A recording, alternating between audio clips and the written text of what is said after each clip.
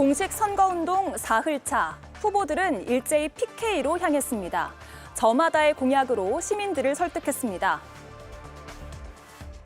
제가 공약 이행률이 95%를 왔다 갔다 하는 사람인데 이유가 있습니다. 실현 불가능한 약속 안 하고 실현 가능한 약속을 많이 한 다음에 그 많이 한 약속을 많이 지키면 공약 이행률 높은 거예요. 우리 이재명 후보님께 뜨거운 박수로 화답합시다, 여러분. 고맙습니다.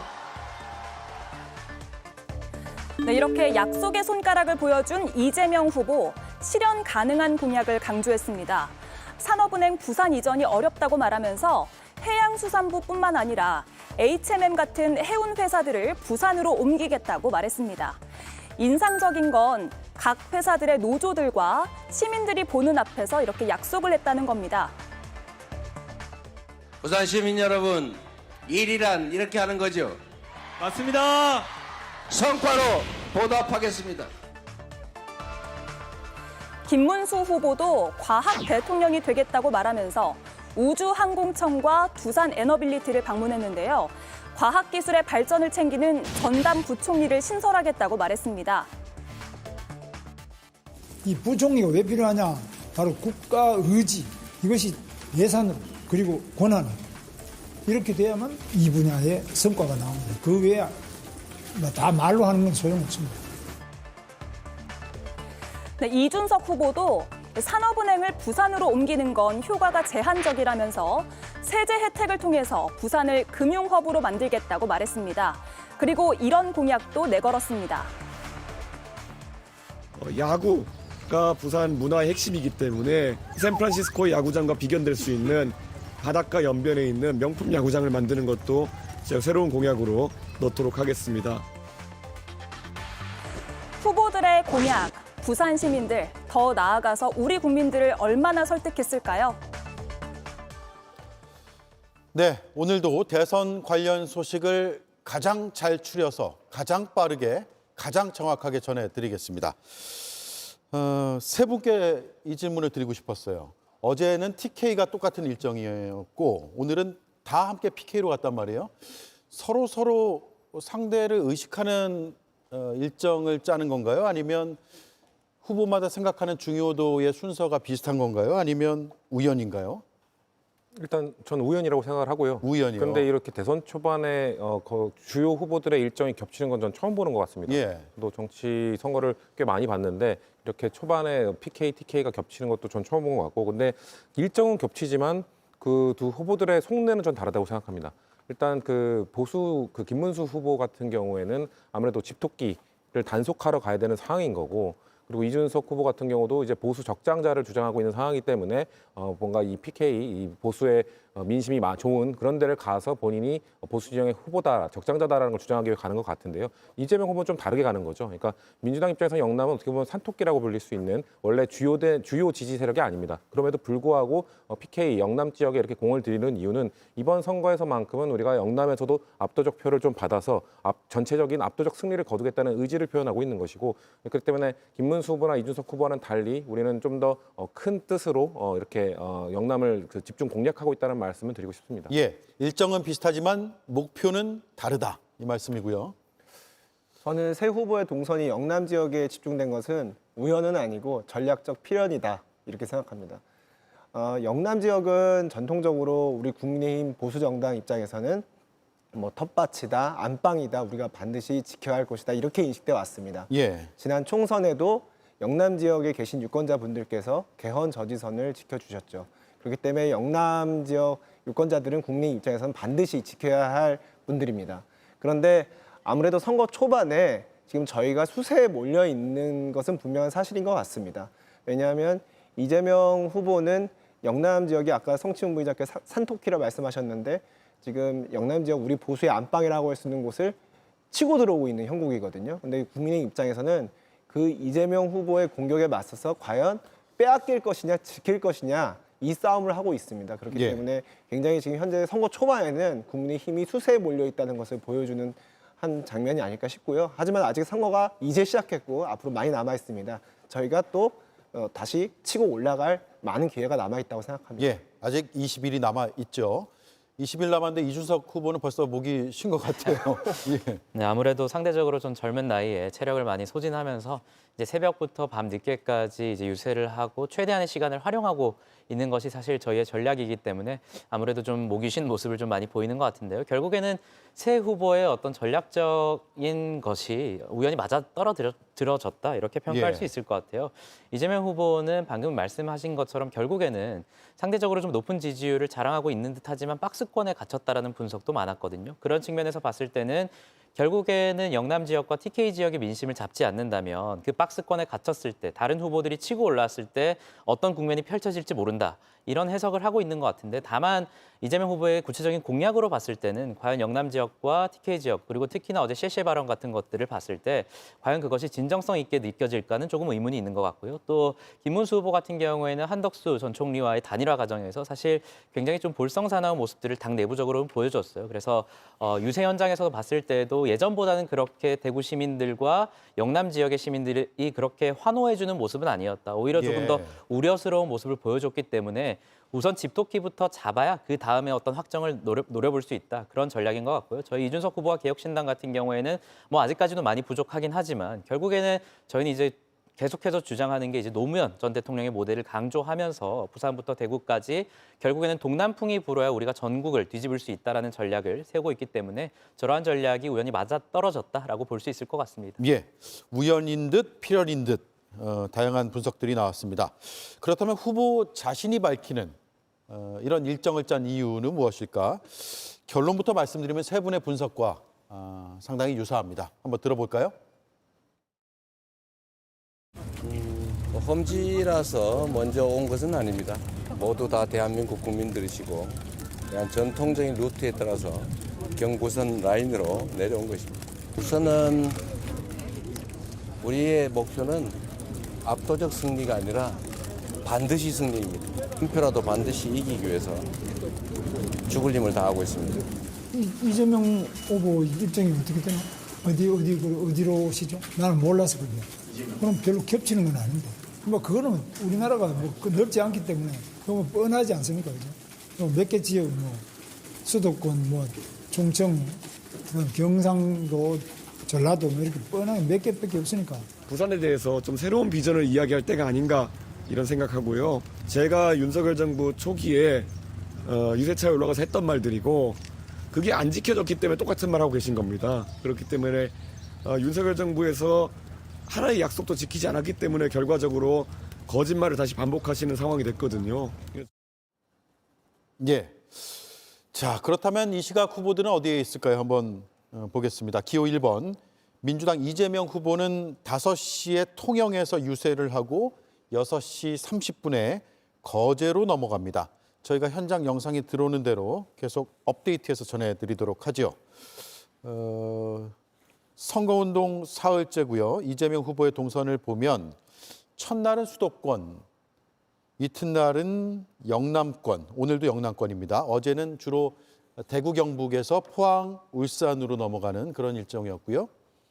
오늘은 부산에서 창원, 통영에서 거제까지 방문하는 그런 일정을 소화하고 있습니다. 성치훈 의원님, 예. 앞서 험지라 온 건 아니다. 한 표라도 이기기 위해서 죽을 힘을 다하고 있다라는 표현까지 썼거든요. 지금 이재명 후보가 여러 지지율 조사를 보면 압도적으로 나오지만 그럼에도 불구하고 겸손해 보이겠다는 전략일까요? 어떻습니까?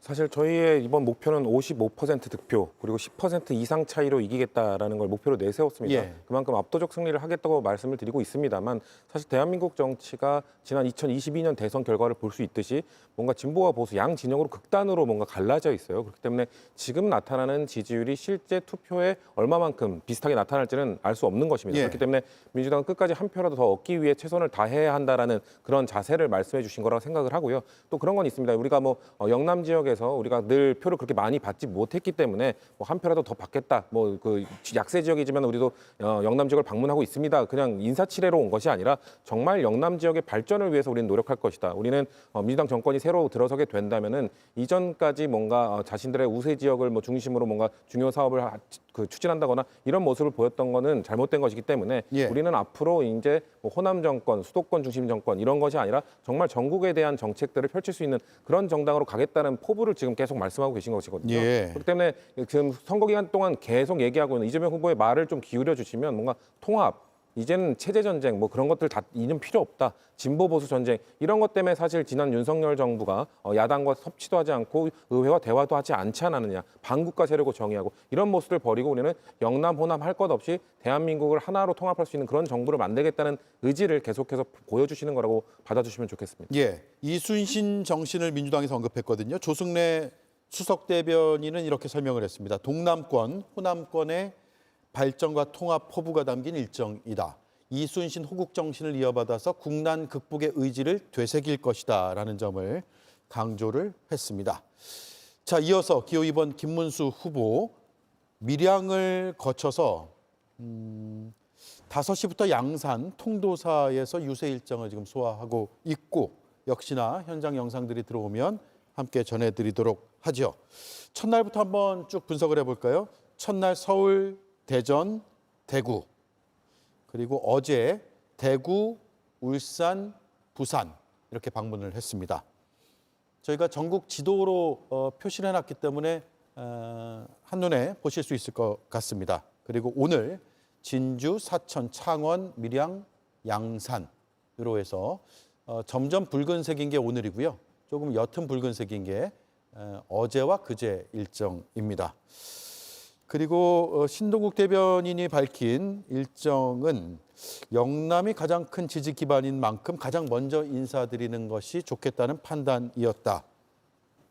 라고 했습니다. 앞서 분석해 주신 그런 이유이겠네요. 네, 그렇습니다. 어떻게 보면 지금 당내 분위기가 조금 아직은 어수선합니다. 왜냐하면 이번 대선 자체가 국민의힘이 배출한 대통령이 탄핵됨으로 인해서 치러지게 된 대선이기 때문에 그로 인한 어떤 여러 가지 상처와 갈등들이 완전히 봉합되지 않은 상태고, 그리고 얼마 전까지 이제 국민의힘은 경선을 했습니다. 대통령 후보 선출하기 위한 경선을 했고 그 과정에서 이제 치열한 논쟁이 있었습니다.